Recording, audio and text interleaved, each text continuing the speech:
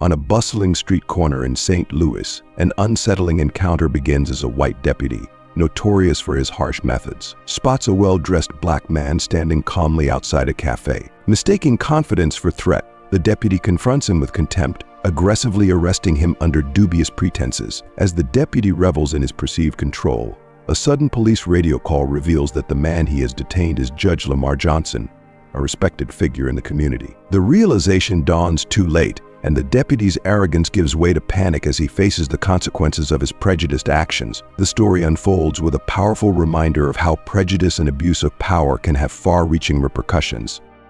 If you are not subscribed, I recommend you subscribe and activate the bell to avoid missing any videos. A white deputy, notorious for his ruthless and unyielding approach to law enforcement, screeches to a halt on a busy corner of St. Louis in his police car. He surveys the scene with an air of practiced disdain, his gaze landing on a black man dressed impeccably in a well-tailored suit. The man stands confidently in front of a cafe, exuding an aura of calm self-assuredness that seems to unsettle the deputy. To the deputy's prejudiced eyes, this man's presence in such a neighborhood is an anomaly, an indication that he does not belong. The deputy's ingrained biases and his history of abusing his authority prompt him to assume that the man, simply by being black and out of place, must be up to no good. With an air of practiced arrogance, the deputy exits his car, his movements deliberate as he adjusts his badge, a symbol of his perceived superiority and power. He marches toward the man with a sense of purpose and conviction that leaves no room for doubt about his intentions. His face is a mask of superiority, and his voice, when he speaks, is laced with contempt. "What are you doing here?" he demands abruptly, his tone suggesting that any answer other than a confession of wrongdoing will be deemed unacceptable. "Seems to me like you're in the wrong place for someone like you, don't you think?" The black man, unfazed and composed, takes a deep breath before responding with quiet dignity. "I'm waiting for someone." The deputy's response is a dismissive, dry laugh, dripping with scorn. "You're just asking for trouble," he sneers. In one smooth, practiced motion, he retrieves his handcuffs, his face a portrait of malicious intent. Without allowing the man any opportunity to react or defend himself, the deputy spins him around forcefully and slams him against the wall. "You're under arrest," he announces, his voice tinged with a sense of cruel satisfaction.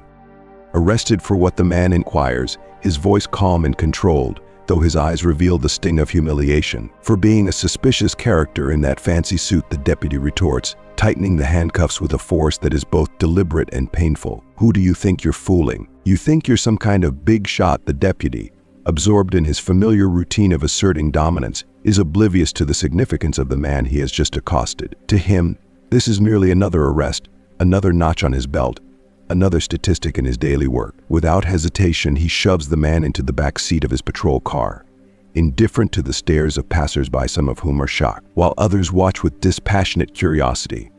However, the situation takes an unexpected turn. The police radio crackles to life with an urgent message, announcing the name of the detained man and calling for his immediate release. "Deputy, bring him in immediately. Do you know who you've got there? Release him now." Panic flickers across the deputy's face, but he fights to maintain his composed facade. He chooses to disregard the unfolding reality, dismissing the gravity of the situation. Inside the car, the man remains silent, his eyes meeting the deputy's through the rearview mirror with an unsettling calmness. This serene demeanor only heightens the deputy's growing sense of unease. Who the hell is this guy, he thinks, his earlier confidence unraveling. The deputy's mind races as he tries to reconcile his previous actions with the new, disconcerting information. The radio crackles again, this time with a voice that is both commanding and deeply authoritative. "You need to release him immediately. If you knew who he was, you wouldn't be making this mistake. I'm telling you once more, let him go now before it's too late." The deputy, now visibly shaken and confused, glances back at the man in the rearview mirror. The weight of his earlier arrogance starts to dissolve, replaced by a growing sense of doubt and apprehension. He turns off the radio, his previously unshakable disdain giving way to trembling uncertainty. In the heavy silence that follows, the handcuffed man finally speaks, breaking the tense quiet. "You didn't ask for my name, did you?" he says calmly. The deputy swallows hard, the gravity of the question sinking in. but he remains silent. He begins to understand that this incident is far more serious than a mere case of racial profiling. The wrongful arrest, marked by his unchecked prejudice and arrogance, is poised to have severe repercussions. The deputy is on the brink of discovering the enormity of his mistake, one that threatens to unravel his career, tarnish his reputation, and expose his deep-seated biases. The man he had unjustly detained is someone of significant influence and power, capable of affecting many lives, including the deputy's own. The implications of this realization are profound, and the deputy is about to face the full brunt of his actions. What course of action would the deputy take now? And more crucially, how would he confront the undeniable truth when it was finally exposed? From this pivotal moment forward, his life would spiral into a whirlwind of unforeseen consequences that he could scarcely imagine. The looming question is, who will truly hold the reins of power when everything is brought to light? Perhaps the most pressing concern is whether the police chief will be able to elude justice, or will he, at long last, face the repercussions of his misdeeds. St. Louis, Missouri, a city that once stood as a beacon of hope for many, now bore deep, visible scars etched into its dimly lit streets and neglected neighborhoods. Overshadowed by towering skyscrapers and humble corner stores, an atmosphere of pervasive distrust hung thick in the air, particularly for those bearing black skin, carrying the heavy legacy of generations grappling for recognition and respect. If you are still watching this video and find these lessons useful, please comment number 1 below to let me know that you are still watching this video with me. Lamar Johnson, aged 46, intimately understood the harsh realities of growing up under the relentless scrutiny of discrimination. Raised in the rough neighborhoods of North St. Louis, he was no stranger to daily struggles, both within his family and beyond. Yet Lamar was far from ordinary. His journey was a testament to his exceptional resilience. From a young age, he exhibited a rare determination that set him apart from those around him. With a studious nature, unwavering discipline, and a visionary outlook for his future, Lamar refused to conform to the limited expectations society imposed upon him. He was determined not to become just another statistic. By the age of 30, Lamar had achieved the distinguished position of a judge, an accomplishment few individuals from his background could boast. His prominence was not solely due to his race, but also because of his unyielding vision of justice, impartial yet deeply humane, firm yet fair. He commanded respect in the courtroom, earning admiration from peers and adversaries alike. While he adeptly navigated the complexities of the legal system, he never allowed himself to be tainted by its flaws. His authority lay not just in his position, but in his unwavering ethics and his belief that everyone deserved a fair hearing, regardless of their origins or societal perceptions. Yet, ascending rapidly through the ranks of a world still mired in entrenched prejudices, Lamar inevitably amassed enemies, particularly among those who resented seeing individuals like him rise to prominence. Among his detractors was Deputy George Peterson. In stark contrast to Lamar, Peterson's career was not built on a foundation of respect or justice, but rather on fear and domination. His simplistic view of order revolved around raw strength and control, with scant regard for the nuances of justice. For him, the line between justice and abuse was negligible, crossed whenever it served his interests. Peterson, white, imposing, and perpetually sporting a smug demeanor, ruled his district with an air of regal authority. His icy gaze betrayed an unshakable sense of superiority. He prided himself on his supposed understanding of the St. Louis underworld, convinced he knew precisely who needed to be kept in check. In his world, power was the ultimate currency, and individuals like Lamar had no place at the top. Their fates intertwined one ordinary morning that would soon reveal its extraordinary consequences. Lamar, impeccably attired in a gray suit, was strolling through the city following an informal meeting with colleagues. He relished these walks, observing the life of the city and feeling connected to its heartbeat. Despite his high-status position, Lamar was known for his approachability. However, on this particular day, he was about to experience once more the weight of the ingrained prejudice that had never truly left him. As Lamar walked, Peterson, patrolling the area in his squad car, spotted him from a distance. The sight of a black man in an expensive suit wandering alone through this part of town triggered Peterson's prejudices and suspicions. Fueled by his ego and biases, Peterson made a rash and prejudiced decision that would set the stage for a series of events neither of them could foresee. The car screeched to an abrupt halt, its tires skidding slightly on the pavement. The driver swung open the door with an air of urgency and stepped out with long, purposeful strides. His eyes, narrowed and filled with disdain, locked onto Lamar with a piercing intensity. "Hey, you there," he called out sharply, his voice reverberating through the nearly deserted street, which seemed to amplify the tension of the encounter. Lamar turned slowly, his expression one of surprise but not fear. He was familiar with this type of aggressive, confrontational approach. The figure approaching him, Deputy Peterson, had his hands resting on his belt in a manner that suggested he was ready to escalate the situation at a moment's notice. "What are you doing here?" Peterson demanded, his tone dripping with condescension. "This isn't a place for someone like you. Do you think you can fool everyone with those fancy clothes?" His words were laced with mockery. Lamar, however, maintained a composed demeanor. He had dealt with similar confrontations before, but Peterson's palpable contempt and arrogance were unmistakable. "I'm on my way to a meeting." "Is there a problem?" Lamar's response was measured, his calmness potentially disarming to many, but not to Peterson. The deputy's laugh was a dry, cynical sound that conveyed no humor or warmth. "Meeting, of course.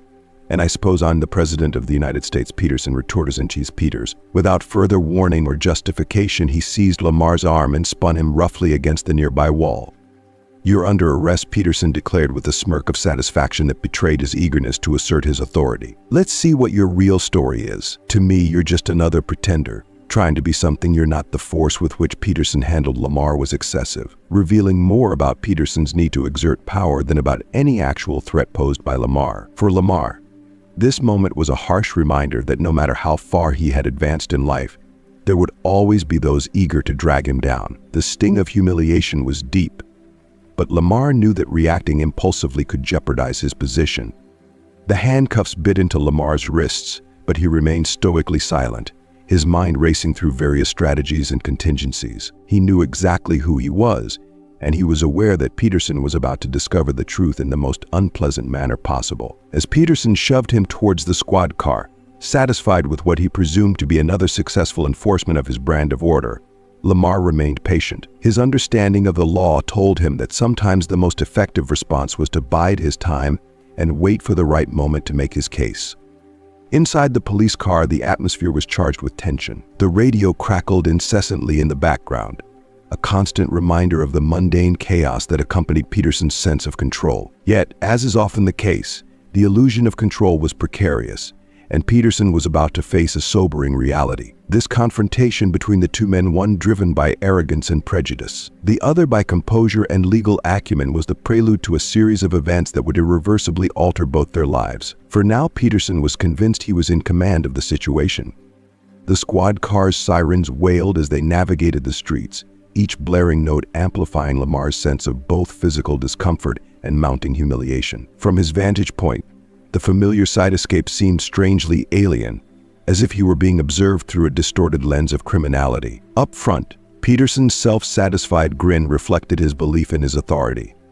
"So, Boss," Peterson taunted from the driver's seat, his voice thick with irony and disdain, "care to explain what you were doing there?" Lamar, eyes fixed on the passing scenery, chose silence over response.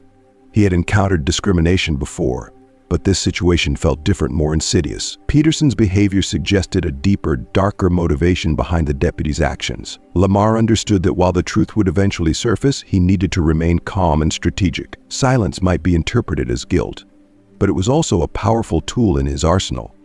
Peterson continued, as he rounded the corner, his gaze flickering away from the road to scrutinize Lamar through the rearview mirror. Lamar took a deep, measured breath. His outward demeanor was a study in serenity. His face showed no hint of the turbulence roiling beneath the surface. Inside, however, he was already plotting his next moves, his mind racing through potential strategies. Peterson, in his ignorance, was entirely unaware of the true caliber of the man he was dealing with. To Peterson, Lamar was merely another black man, just another person he could easily dismiss and subdue, relegating him to a position of insignificance.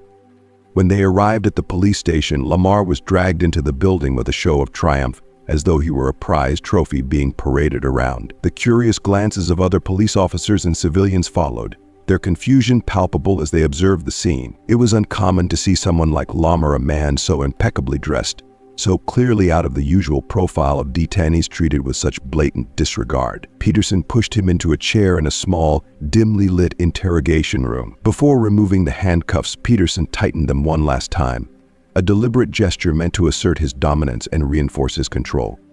If you are still watching this video and find these lessons useful, Please comment number 2 below to let me know that you are still watching this video with me. As Lamar rubbed his wrists, the physical pain was minor, but the symbolic weight of the handcuffs was substantial. He had spent far too much time defending himself against accusations and assumptions that had no basis in reality. Across from him, Peterson settled into his chair with a notebook, as though he were about to initiate a formal interrogation. But Lamar could sense that this was not about following any established procedures or seeking the truth. It was about Peterson's need to assert his authority and maintain control. "So, let's take stock," Peterson began, flipping through the pages of his notebook with an air of deliberate curiosity. No identification, no explanations, in an expensive suit. It's quite an unusual mix for someone to be found on the street without a clear reason. Don't you think Lamar maintained a calm and collected demeanor, refusing to let Peterson's provocations rattle him? "I am not obliged to justify my reasons for walking wherever I choose. I am within my rights," Lamar replied, his voice calm and unwavering. Peterson's smile widened, and he leaned in closer, his expression taking on a more sinister edge. "Right? But I'm not sure you fully grasp what's happening here. You're in an interrogation room. You're under arrest. This means that your explanations could carry significant weight." Lamar met Peterson's gaze directly, evaluating the deputy's intentions. He understood that Peterson's intimidation tactics were the only strategies at his disposal, whereas he was playing a much more intricate and calculated game. Peterson would soon come to realize that he had underestimated Lamar. Before Lamar could respond, the oppressive silence of the room was shattered by the sharp ring of Peterson's phone. The deputy answered the call with an impatient snap, and as he listened, his confident facade began to crumble. The voice on the other end conveyed information that started to undermine Peterson's assuredness. Lamar observed Peterson closely, noting the shift in his expression from one of arrogance to one of visible anxiety. Peterson abruptly ended the call, his face a mask of disbelief. He stood up and began to pace the room, his agitation evident in every step. "Who are you, anyway?" Peterson asked, his voice no longer laced with sarcasm but tinged with apprehension. Lamar raised an eyebrow, his composure unshaken. "I assumed you were already aware," Lamar replied coolly. Peterson snorted in disbelief, then swung open the door to the interrogation room, casting one last, lingering glance at Lamar before exiting. Alone in the room, Lamar sat quietly waiting. In the hallway, Peterson's agitation was palpable as he paced back and forth, his mind racing through the implications of the call he had just received. The information had drastically altered his understanding of the situation. Lamar was not just any individual, he was a judge with a distinguished record and connections that Peterson could barely fathom. The realization of his blunder was dawning on Peterson, the gravity of his mistake becoming increasingly apparent with each passing moment. Back in the room, Lamar sat with a quiet, composed demeanor, fully aware that the power dynamic had shifted significantly. The sense of control that Peterson had once wielded with such arrogance was now rapidly dissipating, replaced by a palpable air of uncertainty and mounting fear. The truth that Peterson had tried so desperately to ignore was on the cusp of confronting him with a devastating clarity that he could no longer evade. When Peterson re-entered the room, his once dominant posture had been replaced by a visibly shaken countenance. The confident swagger he had exhibited earlier had been supplanted by a notable hesitance. The deputy was acutely aware that the situation was slipping through his fingers, yet he remained uncertain about how to regain control. "Listen," Peterson began, his voice considerably softer, almost apologetic, though he still struggled to mask his underlying pride. "I think we had a misunderstanding here." Lamar's expression remained impassive, his eyes revealing nothing of his internal thoughts. He was well aware that Peterson was scrambling for a way out of the predicament he had created, but the situation had escalated to a point where a mere verbal concession could not resolve the damage. Lamar chose to remain silent, understanding that this was the moment Peterson would confront the painful reality that the power he once assumed he possessed was inconsequential compared to the storm now brewing on the horizon. "I need you to walk me back to the car," Peterson continued, his tone now a mixture of pleading and desperation. "We can sort this out there. There's no need to complicate things further."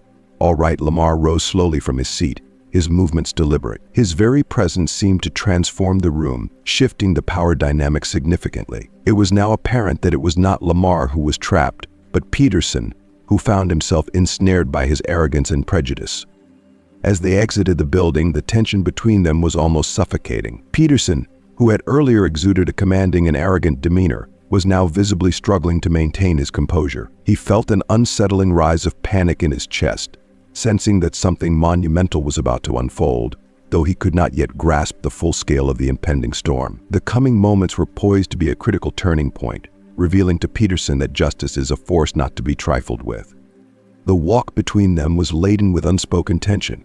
Peterson, who had moments ago displayed an air of dominance, now walked in silence, his thoughts a tumultuous blend of regret and anxiety. Lamar, in contrast, remained outwardly calm, but his steadfast gaze and resolute posture conveyed an inner strength that began to unnerve the deputy. Each step they took together was a silent declaration that the truth was on the verge of being revealed. When they reached the parking lot, Peterson fumbled with the keys, unlocking the cruiser's door with an air of reluctance. Lamar stopped just short of entering the car and finally broke the heavy silence that had settled between them. "Do you think this will be resolved with a simple ride back?" Lamar's voice was low but imbued with a sharp intensity that cut through Peterson's facade. "Do you believe that a brief walk around the corner will erase the harm you've caused?" Peterson's mouth opened and closed as he struggled to formulate a response, but no words emerged. He understood that any justification he could offer now would be hollow, and Lamar was acutely aware of this too. "Look," Peterson began, his voice cracking as he searched for a way out. "I was just doing my job. Maybe I got ahead of myself, but—" "What ahead of yourself?" Lamar interrupted, his tone still controlled but tinged with incredulity. "You handcuffed me, publicly humiliated me, and never even bothered to ask my name. This is not about a simple mix-up. You made assumptions based on the color of my skin and the suit I was wearing, presuming you knew all you needed to know about me simply because I didn't fit your preconceived notions of this neighborhood. And what's even more disturbing is that this behavior isn't new to you, is it? If you are still watching this video and find these lessons useful, please comment number 3 below to let me know that you are still watching this video with me."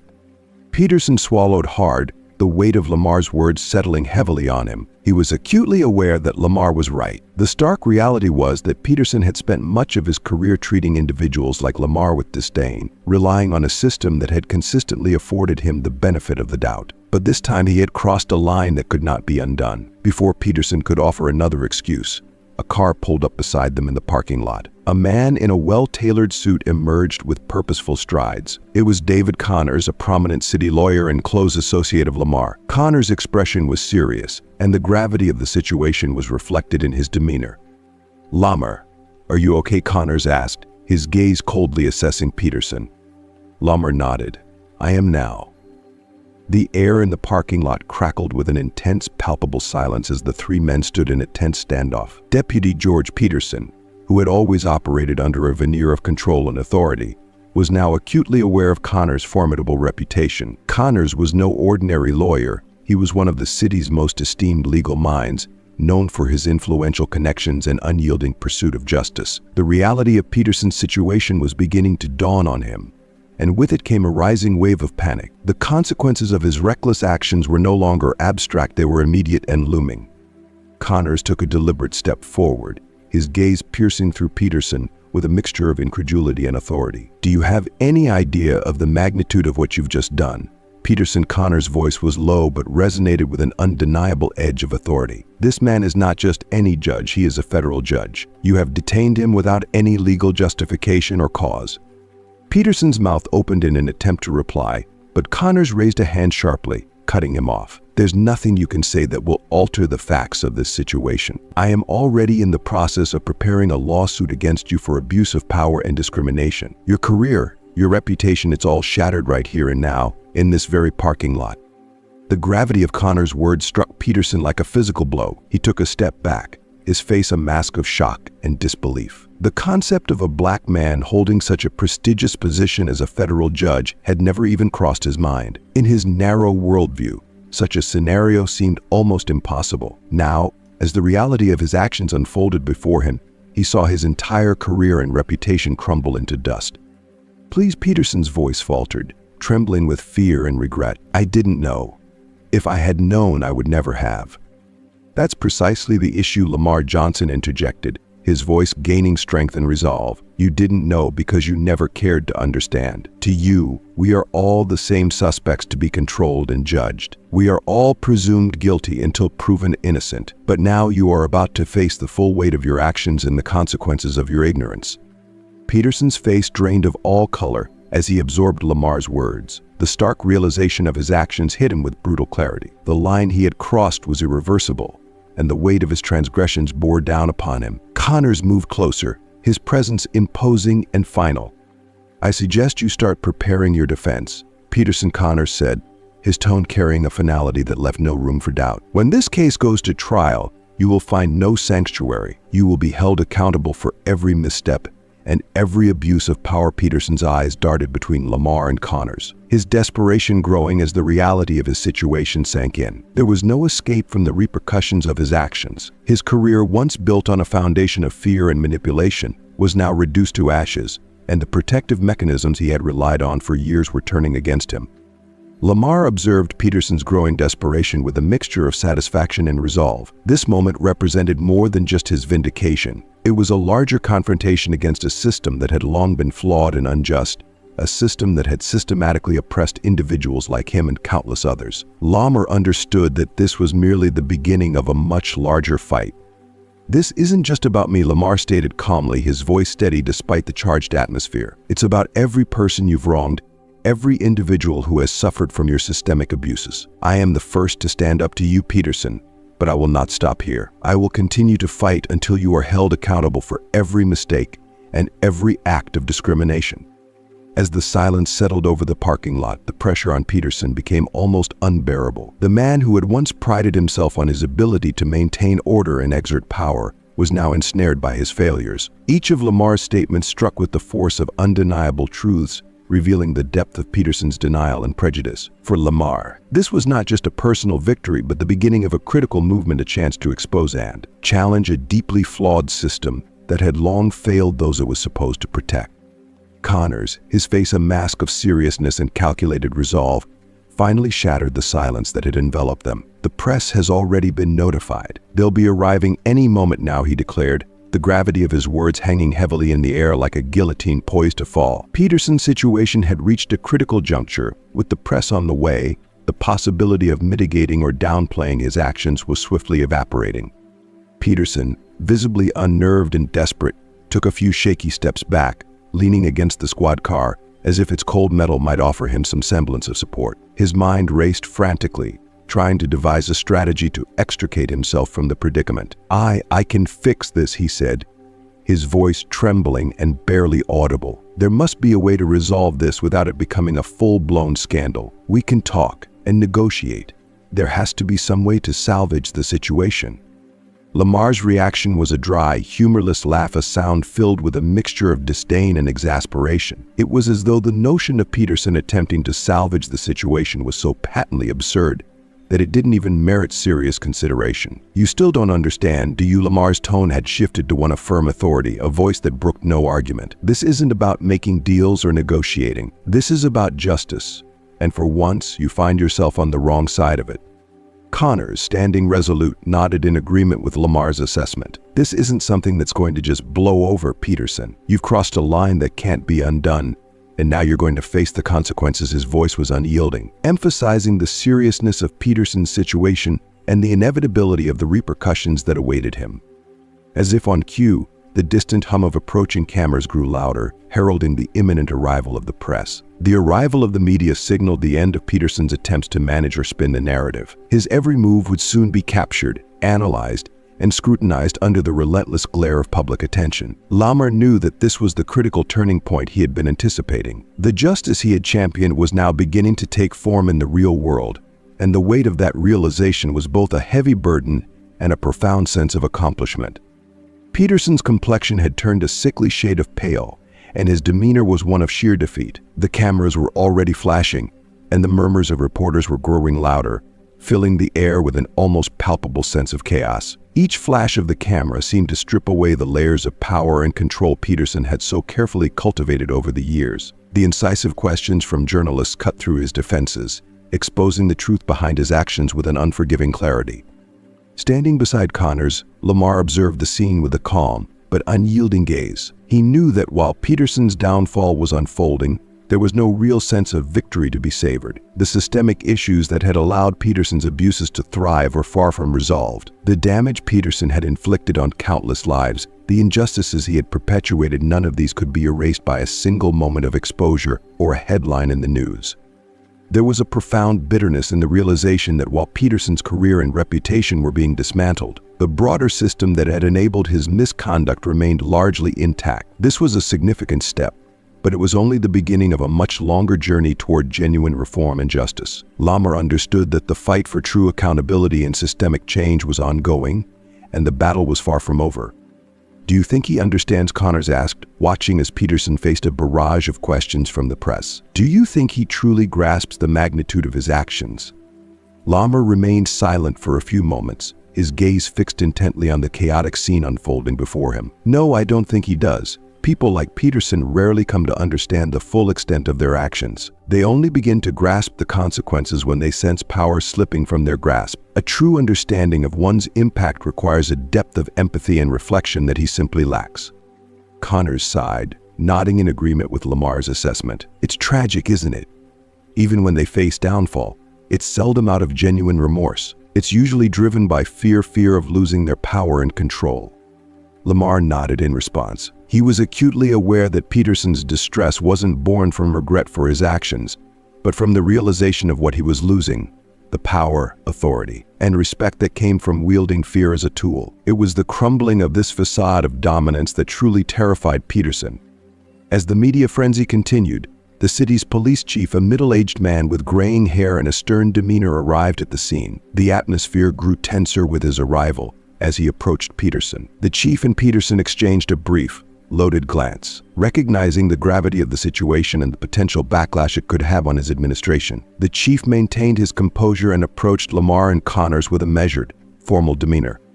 "Judge Johnson," the chief began, his voice carrying the weight of formality and tension, "I want to extend my apologies for the events of today. What transpired is not reflective of the values we uphold in our police force. If you are still watching this video and find these lessons useful, please comment number 4 below to let me know that you are still watching this video with me." Lamar raised an eyebrow. His skepticism was evident. This was a line he had heard too many times before. Every time a tragedy occurred, every time a black life was harmed by the oppressive hand of a system that was supposed to protect, the official apologies always seemed hollow to him, mere platitudes that masked the deeper issues. In his view, the incident was a stark reflection of the values that were deeply ingrained within the police force, not a deviation from them. Chief Lamar replied, his voice calm but imbued with firm authority. "If it truly didn't reflect your values, I wouldn't be here. If it hadn't been indicative of your values, Deputy Peterson wouldn't have acted in such a manner in the first place." The chief fell silent, visibly taken aback by Lamar's bluntness. The frankness of Lamar's response was something he hadn't anticipated, but he knew he couldn't argue against it. Peterson's actions, while attracting media attention, were not an isolated incident but part of a broader system that often tolerated and even encouraged such behaviors. "We are committed to a thorough investigation," the chief continued, attempting to mitigate the damage. "Deputy Peterson will be suspended immediately, and all of his arrests and investigations will undergo review. We will do whatever is necessary to address this situation." Lamar scrutinized the chief's words, his expression one of careful consideration. He was acutely aware that such promises were often made without any real intention of fulfillment. However, the circumstances were different this time. The intense public scrutiny, the media spotlight, and Lamar's position as a federal judge created a situation where the police could not easily dismiss or ignore the issue. The high visibility of the case and the significant pressure from various quarters made it challenging for the police to simply sweep the matter under the rug.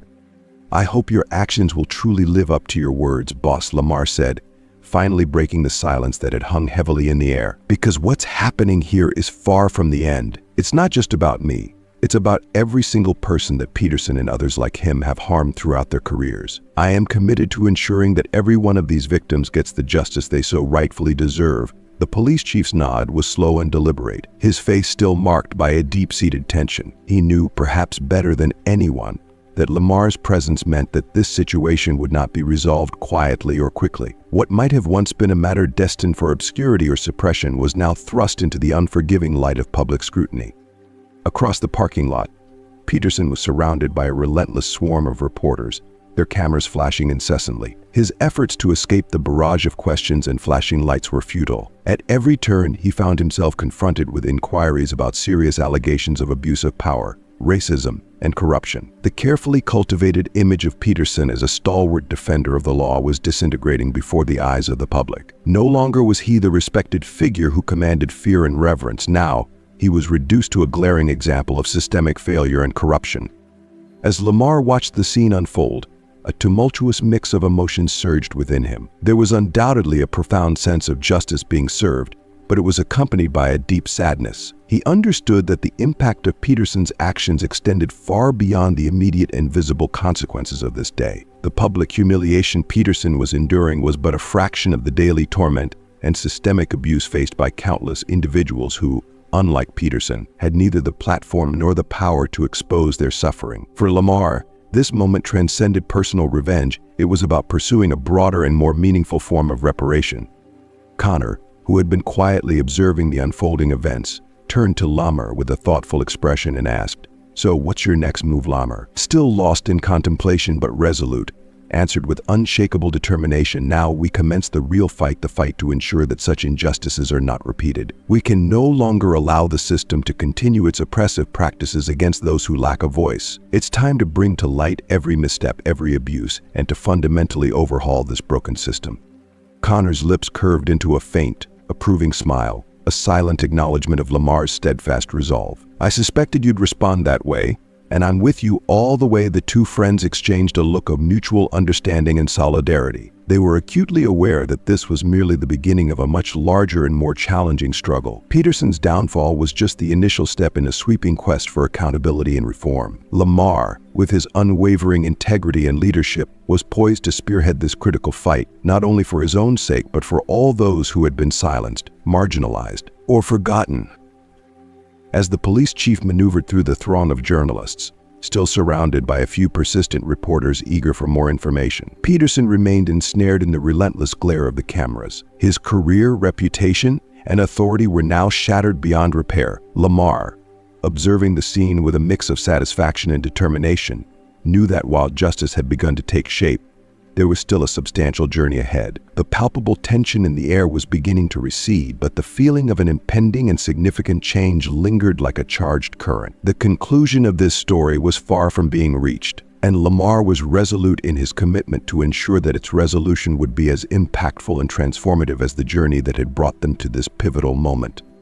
The days that followed the intense confrontation in the police station parking lot marked the beginning of a profound and irreversible decline for Peterson. Initially, the media remained tight-lipped, but it didn't take long for the dam to burst. What began as a quiet ripple soon grew into a full-blown storm of public outrage. The media, driven by an insatiable appetite for truth and fueled by the mounting evidence, began releasing a barrage of critical reports. Daily headlines painted a grim picture of systemic abuse of power, pervasive racial discrimination, and entrenched corruption within the police department. Each new revelation seemed to unravel another layer of deceit, transforming what had started as a single instance of wrongful arrest into a national scandal of epic proportions.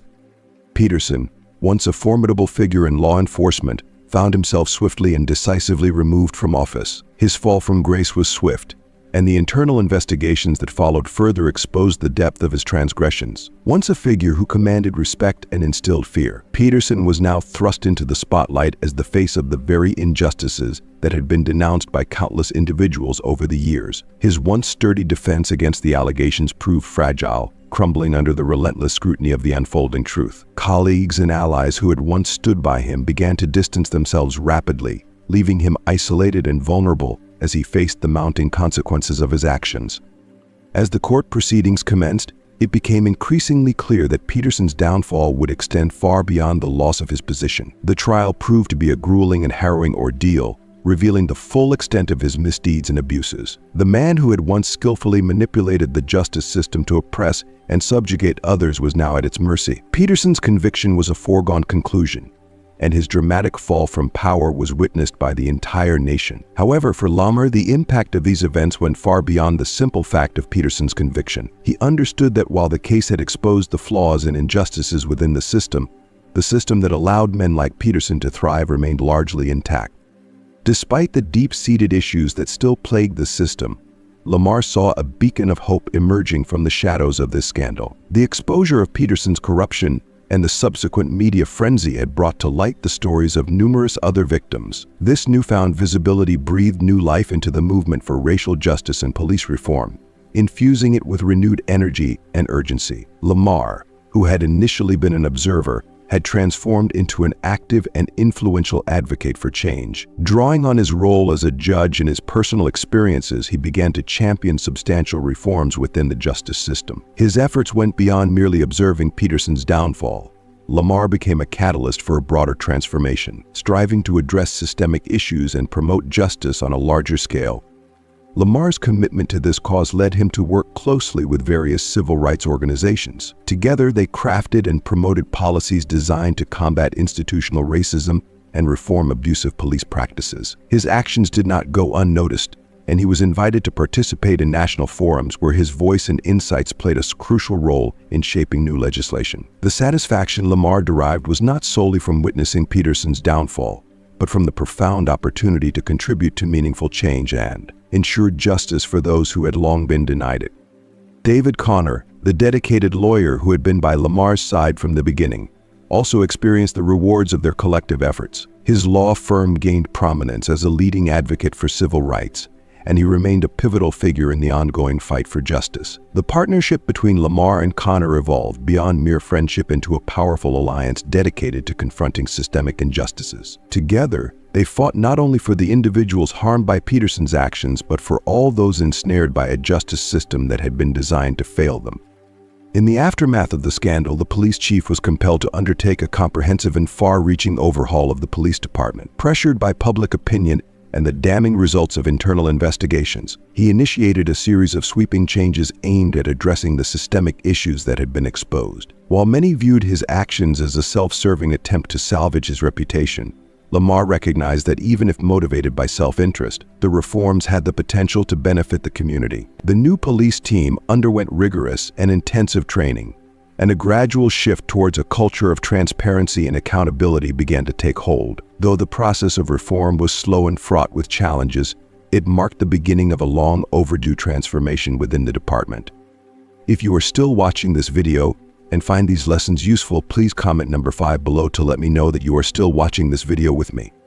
Meanwhile, Peterson, now behind bars, found himself confronting a reality he had never imagined. The harsh and unyielding side of justice that he had once wielded from a position of power. Stripped of his former privileges and authority, he was compelled to confront the full weight of his transgressions. The isolation he felt was profound, a stark contrast to the admiration and respect he once enjoyed. No longer was he the esteemed delegate whose decisions shaped the lives of others. He was merely another name on a list of individuals who had abused their positions of power and faced the inevitable consequences.